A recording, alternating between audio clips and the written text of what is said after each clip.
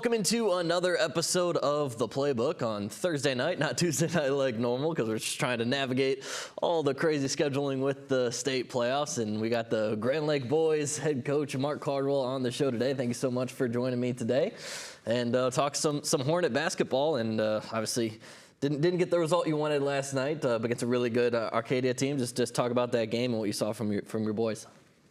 Yeah, I told them at the beginning of the game, the pressure's on them. We don't have anything to prove. If you came into that gym and you kind of looked at the size of our team and their team, I didn't think there would be a ton of people thinking we could win the game. But we battled for a half, and it was a 6-point game at halftime. Then kind of wheels fell off after that. But I knew from the beginning it was going to be a really tough matchup. We're not very big. I think the tallest kid we had starting this year is maybe 5'11 and a half, maybe 6 foot, like on his tippy toes. So, and then I watched their video and I was like, oh man, that kid is big. And he's every bit of 6'8", 245. And they've been good forever. They've been good probably since, I remember I was telling the coach, he played there for Arcadia.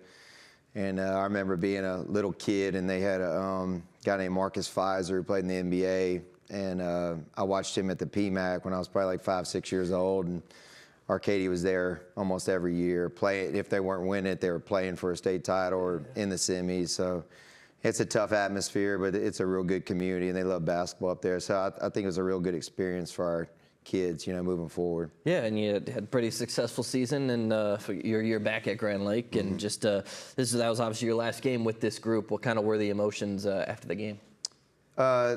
The seniors took it tough, which that's always the dreaded moment at the end of you try to keep it together because, the kids are feeling it, and they kind of realize for most of your kids, all of our kids play multi-sports, but a lot of them, this is the end of it. And we have a few that play baseball, but all three of our guys, this is their end of their sports career. So, but we're real proud of them. We had a really good year. The last time I was kind of just getting them, I kind of know the history of it because I was there for so long, and then kind of growing up in the area. They had not actually won a playoff game since 2021. That was the last time we had done it. In 2022, we had a bye and was automatically in there. So it had been 4 years since they actually won a game in the playoffs, and we were the 12 seed. So I was proud of them. We had 3 really good, hardworking seniors, so they set the foundation for moving forward. Yeah, one of those hardworking seniors, Charles McFarland, obviously one of those multi-sports athletes that you were talking about, raved about him when they played football because he's an incredible football player. Just what does he bring to the basketball court as well? He's a dog. He's tough kid. He just gets after it, and he just. You can tell that he doesn't want to disappoint, and he gives he goes so hard that I just had to keep my eye on him because he's going 1,000 miles an hour, and I have to look up and be like, Coach, we got to get him out. He's about to hyperventilate or something. But that's what everybody says. Man, that kid plays so hard, and that's just a compliment. If you're getting kids like that every year, then you're going to have some success. Yeah, and everybody knows the Splash Brothers at Golden State a couple years ago. You got a version of that for yourself with the Arsenault brothers there at Grand Lake. Just talk about their relationship and just what they've brought to the team this year. Yeah, so I coached both of them in junior high, and I think Ethan was in the 9th grade probably when I left, and then he had 2 years with other coaches and then came back. And, with Ethan, it's just, I told him he's first cousins with a kid that was very good. He was Tyler Young. He was first team All Southwest. He was first team All District, and he could really shoot the ball. And then I told Tyler, well, I wrote on the senior ball to the best shooter I've ever coached, and Tyler kind of took offense to that. But if he's open, he can really shoot. First game of the year, he had 8 threes in the first half, ended up with 9. He had a game with 8 threes, 7, 6, multiple with 5 and 4. He probably averaged 3.5, 4 threes a game. I tried to get him to shoot other shots, 2-point shots, but he didn't really like that too much. He would rather get on that 3-point line and chunk it up. And his brother's right behind him. Branson's a little bit bigger, a little taller. And Branson hit 7 threes in our district championship game. Yeah. So, yeah, I guess it runs in a family because they all can shoot. Yeah, you know, 3 points is better than 2 any day, right? If you're making them. Just this team overall, though, with your return back to Grand Lake, what was your favorite part about coaching them this year? The buy-in, man. Like from day one, I had this summer. I was excited because they're just kind of all in all years, wanting to be coached hard. Let me coach them hard. Let me stay on them.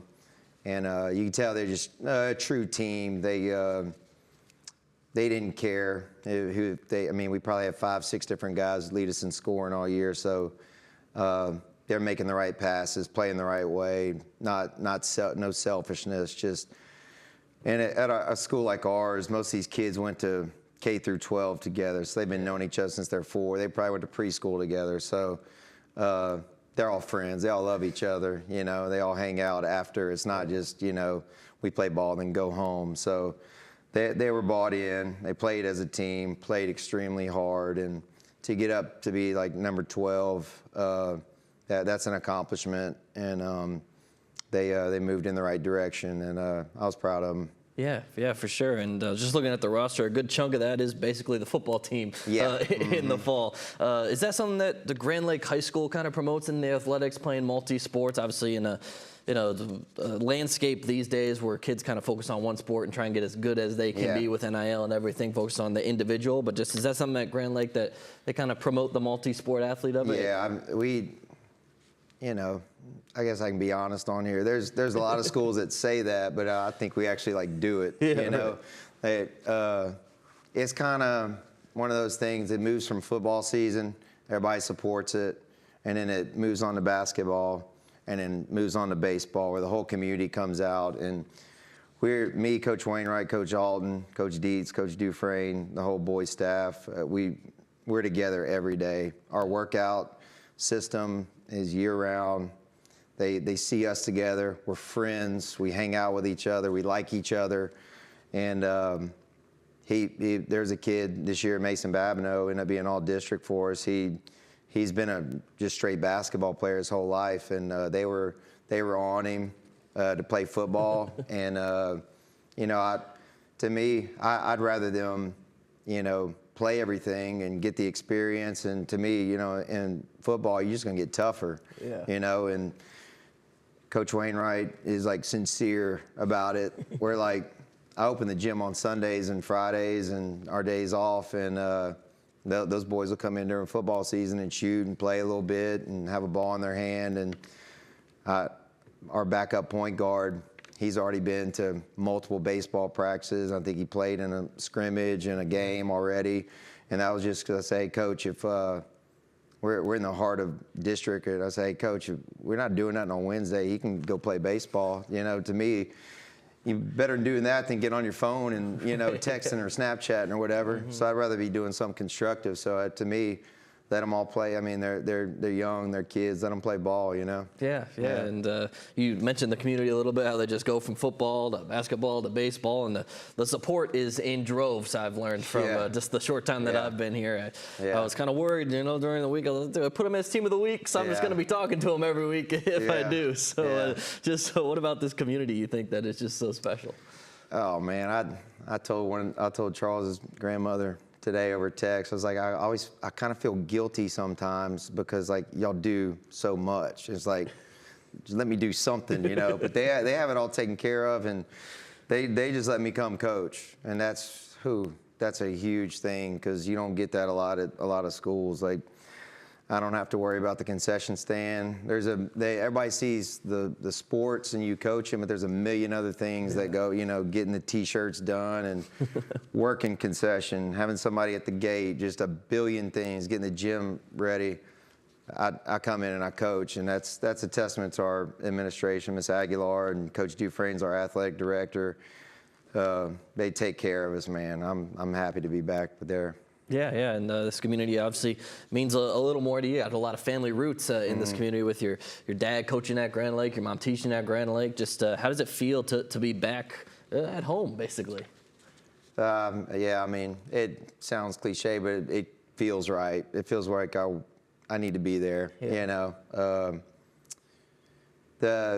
I left we had a rough year, and that was like post making the semifinals, being number 2 in the state. We're 31-2, and it was I think it was just kind of tough on me. And we'd gone through down the community. The hurricanes hit Cameron so hard, and like we had tons of kids. In 2021, I didn't have a single kid that was living in their house. They were living in Lake Charles or living in a FEMA trailer or commuting from South Boyle like crazy. Kids and we were trying to navigate that. So at the time, it was just kind of a rough period. And on top of that, we had a bad season. We were real young. And at the time, I was like, man, maybe I'll try somewhere else. But it all ended up working back out. And I'm not going anywhere anytime soon. Yeah, like you coached for 9 years and then took a little hiatus, we'll call it, and then you're back in Grand Lake. Yeah. Just those couple of years with Lake Arthur and then with Iowa. Just what did you learn that you really brought back to Grand Lake to have the successful season that you did? Both really good communities. Lake Arthur, man, they support basketball. The Coach Harmon's over there. They're in the quarters. And love those kids, and he's a great coach. So we want to get them at the top 28 next week. I pull for them. It was kind of a weird thing. Just Lake Arthur, it always kind of attracted me. They always have good athletic kids, and they love basketball. And we won a playoff game, got district runner-up, and then it was just I had plans to stay there, and then it was my future wife at the time. She was at Iowa, and that had just opened up, and they were coming off a state runner-up, and to me, it was just I was driving a long way and just kind of getting back close to where I live and a good program. It just made sense at the time. There's nothing wrong with Lake Arthur at all. I mean, I love that our administration was great and the coaches and great community. But when it opened back up at Grand Lake, I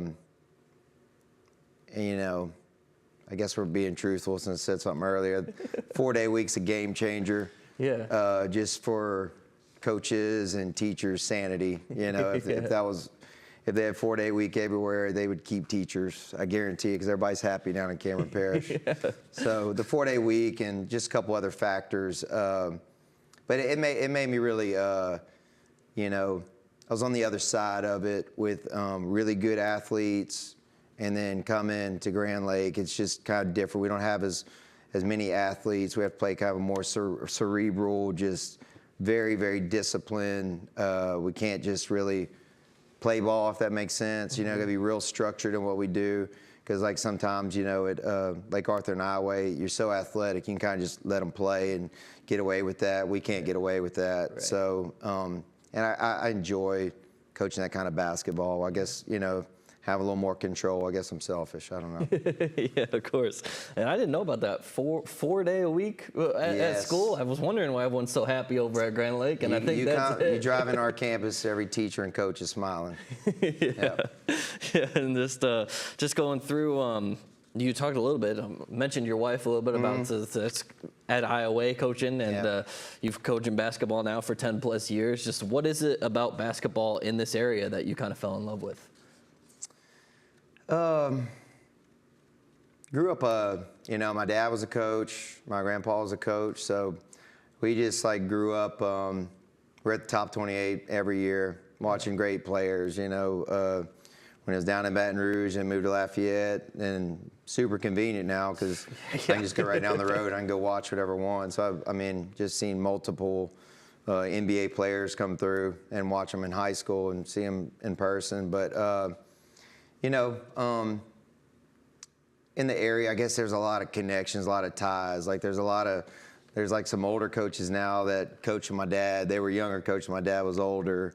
And just the connections and friends and guys that I played ball with growing up. They're now coaching, and then you know, a good buddy of mine who was up for the coach DeGilia at Barb. We both played for the same coach in high school, Coach Lafargue, who he was at Sam Houston and Barb. So just those little connections, you know, it just makes it interesting. And, you know, I get along, have a lot of coaching buddies in the profession. Yeah, and like you've had obviously ample experience coaching high school basketball. Just what would you say the identity of a Coach Caldwell coach team is? I would say disciplined, structured, play really hard. That's probably about it. Yeah. Disciplined, structured, play really hard, yeah, and win you a bunch of games. Just yeah. I mean, if all my teams would do that every year, we'd be pretty good. You know, some years you don't have all that, but you add a little talent to that, and you know, and I think that works. You know? Yeah, of course, and just obviously, I know season ended yesterday, so we'll look forward a little bit. Just what are you most excited seeing the returning players you got coming back? What are you excited to see? Yeah, we got a really good group coming back. We started 3 seniors, but we played 7 kids, and then we had I had a really good junior high, and my JV was good too. We have some bigger kids coming back up, so we have 3 all-district players coming back. Our first guard off the bench. And our second guard off the bench, he's a sophomore, will be a junior. I told him today, I don't want to take him out the next 2 years. He just plays perfect. He's smart. He plays hard. The junior highs, we had a really good year. We have some bigger kids. They're athletic. They work hard. And then we have 2 sophomores that are, I hope they end up being 6'8" or 6'9", but they're probably going to end up 6'3", 6'4". But and that's what it takes. Like last night, you know, it looked like 2 midgets out there trying to guard that guy. I mean, he was 6'8", 245, and it's just hard to win if you don't have in the playoffs with 1 or 2 big kids, and we're kind of lacking that this year. Our bigs are just a little bit too young. You know, you got to go through the wars, you got to go through the big games, the district championships, the playoff games, and have a little bit more size, and that, you know, that we work them out year round, and we'll put the pounds on them, and they'll be ready next year. So we have good guards, and we have some bigger kids coming through next year, so we're excited. Yeah, you got to find something to put in that water or something to get them growing out of 6'8". Yeah. Maybe you just need to add an extra day of school. Maybe that's the answer. We'll probably skip that. No, keep it up 4 days for sure. But just going through, do you have that district championship with Elton circled for next year? Do you need that one back, or man. is that one? I wish you would have brought that up. Yeah, I mean, like I said, we had a lot of our seniors this year didn't have a ton of experience. And it just kind of takes that, you know. When we made the top 28, 2 sophomore guards at the time both ended up being all-state for me. We played Arcadia, when they were sophomores, and we lost by 1 point. And our senior guard had 35 out of 44 points, and they didn't play well. And you know. Fast forward 2 more years, we play Arcadia again in the quarterfinals, and they're both seniors, and they dominate, and we make it to the top 28 by beating Arcadia. So it's just you have to have experienced players that make the plays in the right time and have a little bit more basketball IQ and savvy, and not let the moment get to you. You know, we did a lot of really good things against Elton, but you know, we go back and we look at it, and there's 10, 15 plays. It's like, hey, if we just do that, the game is over. And it's just experience, you know, and kids learning, and us putting it on film and showing them, and them learning from it, and then take it in the next year. But yeah, that's one. Oh man. Yep. Yeah, of course. And so with the power rankings, like how they're all set up, the district championship really is more just like bragging rights at the end of the day. Is that still a goal for you going into next year? Yeah, I mean, I told them. Yeah, I mean, I guess I don't know if that's just something kind of built in us, because like you're just growing up, there was no power ratings, and like my senior year, we had an unbelievable team at Sam Houston, and we had a good record. We beat a ton of good teams, and our district was so good. we didn't even make the playoffs, and we had I think we had 20 wins, and we had beaten 2 state runner-ups, a couple of top 28 teams, and but you just kind of grow up. District's the goal. But yeah, I mean, we want to win district, and it's not. I guess now it's not the end of the world if you don't do it, but it's just kind of, you don't really want to lose any games, to be honest. And you get to measure yourself against schools like us. And like now it's just going to be us, Maryville, Oberlin, and Elton. And so community schools, small, rural, and you just kind of get to judge yourself, against that. And we definitely want that the next few years, but deeper playoff runs is, I think, it hurt the kids last night, and I think they want to go further. So they need to feel that hurt, and it's got to burn in them, because now they've seen those seniors cry. We had some juniors. It was hard on them. It was tough, and so that's got to fuel you in the off season. So we'll take our 3-day weekend off, and then we'll get back Monday and we'll get to work. Yeah, there you go. And like you said, getting back to work, what are you most excited to see from these returning players growth-wise going into next year? We started, I mean, we have very strong kids. So as I left the first time, we had a really good weight program. Coach Wainwright, Coach Dietz, they're just very good when it comes to weight room stuff, and they're always talking to guys they're going to see. They went to Central High School and outside of Baton Rouge and saw what they're doing, and we're implementing what they do. We've got everything in the works for the kids, where we had them, a guy meet with them just 2 nights ago, and we're going to provide protein, creatine, mass gainer for the kids, and our goal is to put a lot of weight on the kids, because like last night, you can't be 135 pounds in that game. You need to be 165. You need to be 185, 205.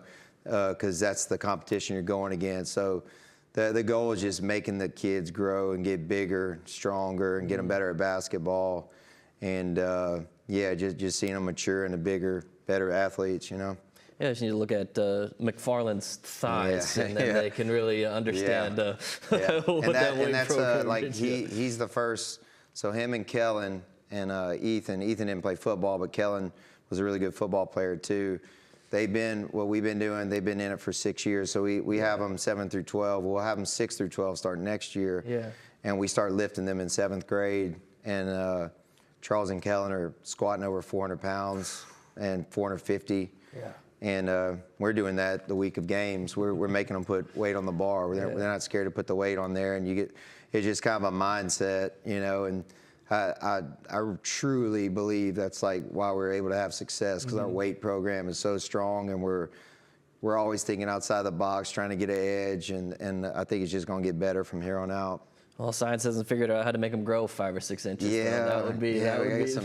Get some taller people in the community. Yeah, of course. Yeah. Well, thank you so much for coming on today. I do appreciate it. Thank you, man. And thank you guys so much for tuning in to a special Thursday episode of The Playbook. And we got a whole bunch of state championship potentials here. We got the girls playing in Hammond, and then we'll see how the guys turn out in the state playoffs. So make sure you just keep tuning in to KPLC, and we'll have that all covered for you. But like I said, thank you so much for tuning in, and we'll see you next week.